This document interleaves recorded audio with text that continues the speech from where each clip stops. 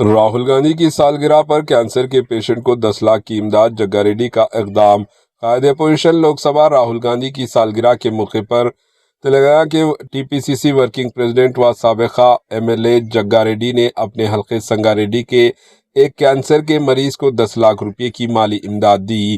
بتایا گیا کہ نوجوان ہری پرساد ساکن کاڈلاپلی گاؤں سنگا ریڈی، جو گروکل اسکول میں امپلائی ہے، گزشتہ کئی برسوں سے کینسر کے مرض سے متاثر ہے۔